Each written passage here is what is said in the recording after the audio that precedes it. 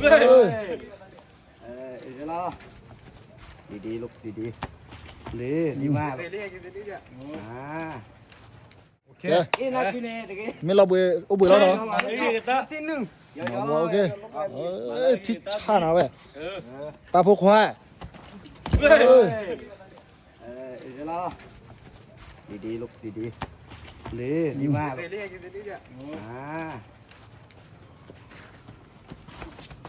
ที่ชาเสือลูกว่าเสือแล้วเว้ยเฮ้ยเสือกูเนี่ยบ้าไปเลยโอเคโอเคระวังโอเค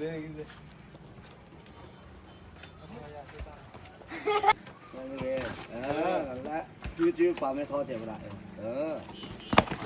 ปลอดานเนี่ยปลอดานเดียวเนี่ยจะปลอดานอะไรเนี่ยว่าเราไม่ดูปลอดานเปลี่ยนละและดีคลิปเวลาเขาเข้ามาทิปแล้วก็คือถ้าเตะนี่จืดการไว้ดีป่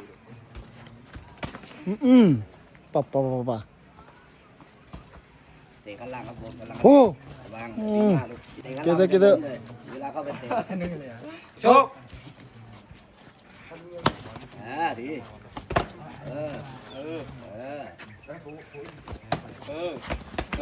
ระวังนั่นแหละดีมากแล้วก็ทีบอกลูกชอบเตะชอบเตะเอาไว้ยาวเนี่ยเราสู้หรอเนี่ยได้หมดระวังเวลาเข้ามาแล้วก็ทีบอกโอเคเฮ้ยกว่าเนาะมาเยอะๆเนาะโอเคไปรอบเว้ยมาเยอะระวังทิประวังทิปความมึนเนื้อเสียดีมากจังเลยล่ะทำเหมือนพ่อนี่เก่งแน่นอน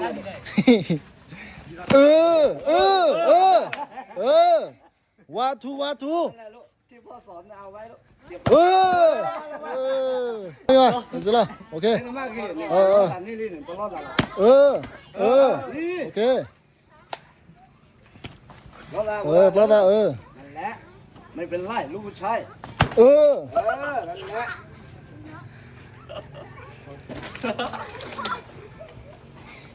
ทีมลูกทีมนั่นแหละ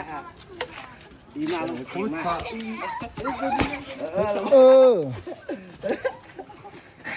เฮ้ยปลอดเนาะปลอดโชคเวลาดีมากโซมาคุณหัวเห็นหรอกนะปลอดนั่นแหละปลอดโอ้ยกูไม่มีเนี่ยที่จ่าป้าเดีย